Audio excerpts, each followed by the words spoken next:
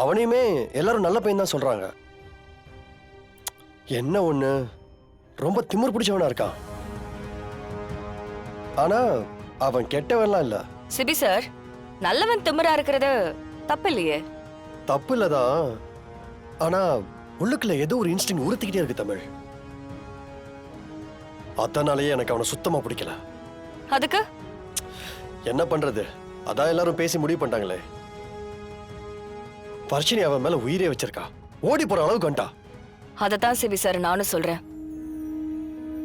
இனியும் இதை தடுத்தா ரொம்ப காம்ப்ளிகேட் ஆயிடும். நமக்கும் அது மரியாதையா இருக்காது. பேசி கல்யாணம் பண்ணி வைக்கிறது தான் முறை. தமிழ், சேதி என் சொந்தம் தமிழ். இப்பவும் சொல்றேன், அவனை விட ஒரு நல்லவன் எங்க தேடினாலும் கிடைக்க மாட்டான். சேதுவா இல்ல வர்ஷினியோட விருப்பமா, நான் எதை சூஸ் பண்றது தமிழ்?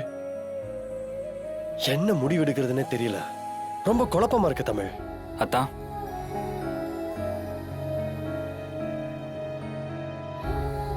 இதுல குழம்புறதுக்கு என்ன இருக்கு? அவன் நல்ல பையனை அவனே பேசி முடிக்க வேண்டியது தானே. டேய் சேது, அத்தான், என்னோடது ஒன் சைடு லவ். ஆனா வர்ஷினி அப்படி இல்லைல்ல. அவங்களோட பிறகு ஒருத்தருக்கு ஒருத்தர் உயிருக்கு உயிரா விரும்புறாங்க. அவனுக்காக அவ வீட்டை விட்டு ஓடி போக கூட தயாரா இருக்கா. இதுக்கு மேலேயும் நீங்க எனக்கு வர்ஷினியை கட்டி வைக்கணும்னு நினைக்கிறது தப்பாத்தான். யோசிக்காதீங்க. அந்த பிரபு தான் வர்ஷினிக்கு ஏத்த நல்ல பேரு. நல்லா இருப்பாங்க அத்தான், சேர்த்து வைங்க. டேய் சேது,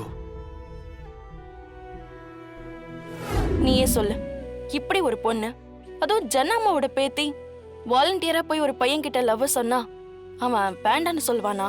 அப்பவே தெரிய வேண்டாமாண்ணா அவனோட ஆனஸ்டி? இதெல்லாம் தான் எனக்கு அவன் மேல லவ் அதிகமானதுக்கு காரணம். நீயே சொல்லுண்ணா.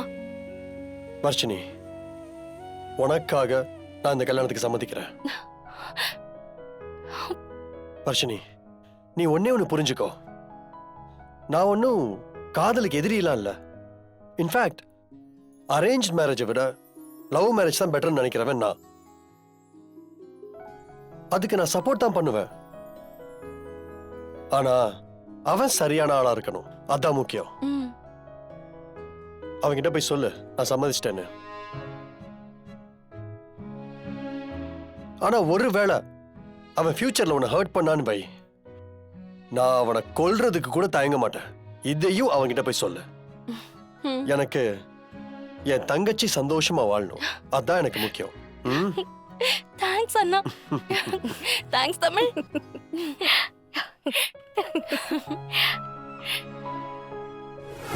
அப்படியா? ஆமா பிரபு, நாளைக்கே வர சொல்லிருக்காங்க. சரி, நாளைக்கே வந்துடுறோம்.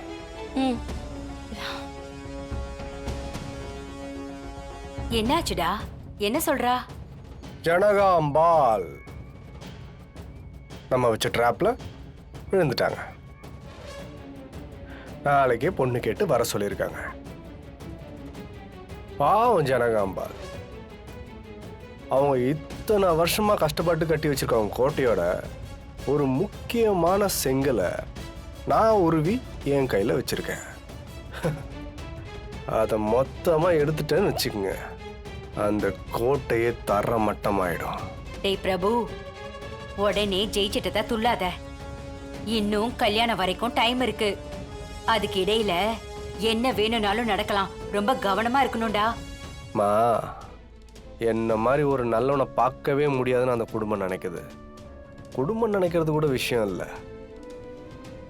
என்னை பிடிக்காதுன்னு முறைச்சிட்டு நின்று அந்த சிபியே நான் ரொம்ப நல்லவன்ற முடிவுக்கு வந்துட்டான்.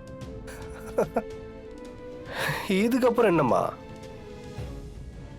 இனி நாம நினைக்கிறதா நடக்கும். நீ சொதப்பிடாத. நம்ம பெர்ஃபார்மன்ஸ் பர்ஃபெக்டா இருக்கணும். என்ன?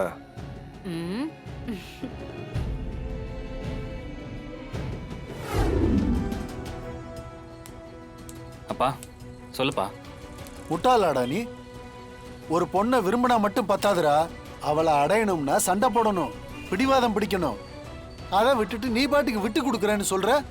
பா வர்ஷினிக்கு தானே பிடிக்கலல்ல. பிடிக்கலன்னா டே முட்டா பயல, அவ உனக்கு உரிமையான பொண்ணுடா, உன் அத்தை பொண்ணு. அவளை கல்யாணம் பண்ணிக்கிறதுக்கான எல்லா உரிமையும் உனக்கு இருக்கு. இப்படி நீ பிடிவாதமா இரு, எப்பாடு பட்டாவது வர்ஷினிய கல்யாணம் பண்ணி வைக்கிற உனக்கு. பா உன் திட்டம் எனக்கு நல்லா புரியுது. என்கிட்ட இந்த வேலை வச்சுக்காத. நானா விருப்பப்பட்டு கல்யாணம் பண்ணிக்கிறது வேற, நீ திட்டம் போட்டு எங்களை சேர்த்து வைக்கிறது வேற. நீ நினைக்கிறது நடக்காதுப்பா. உன்னோட சதி வேலையெல்லாம் மூட்டை கட்டி வச்சுட்டு இந்த கல்யாணத்தை நல்லபடியா நடத்தி முடிக்கிறதுக்கு என்ன வழியோ அதை பாரு. தூ, போட. எதுக்கும் லாய்க்கு இல்லாத ஜென்மம் எனக்குன்னு வந்து பிறந்திருக்குது பாரு.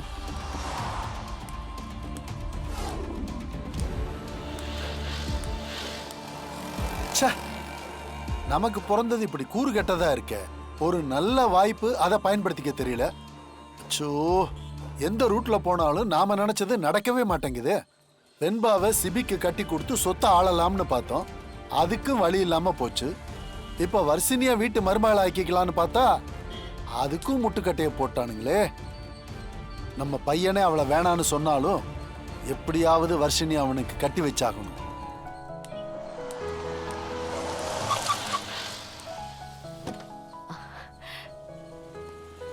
ஆண்டி,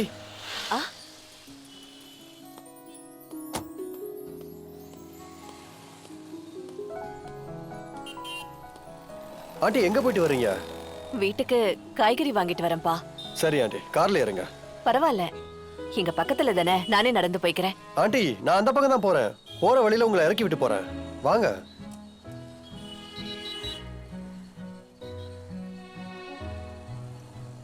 ஏன் ஆண்டி என் கார்ல வர மாட்டீங்களா? ஐயோ, அப்படியெல்லாம் இல்லப்பா. அப்ப வாங்க ஆண்டி, கார்ல ஏறுங்க. சரி வாங்க. இவ்வளவு நடந்ததுக்கு அப்புறமும் இந்த சிபி ஜெயராணி கூட பேச ஆரம்பிச்சுட்டா. அதான் ரத்த பாசங்கிறது. இவங்களை எவ்வளவு பிரிச்சாலும் திரும்ப ஒட்டிடுவாங்க போலயே. விடக்கூடாது. மறுபடி ஏதாவது ஒரு பெரிய கலாட்டா பண்ணி இவங்க பிரிவை இன்னும் பெருசாக்கி விட்டுறணும்.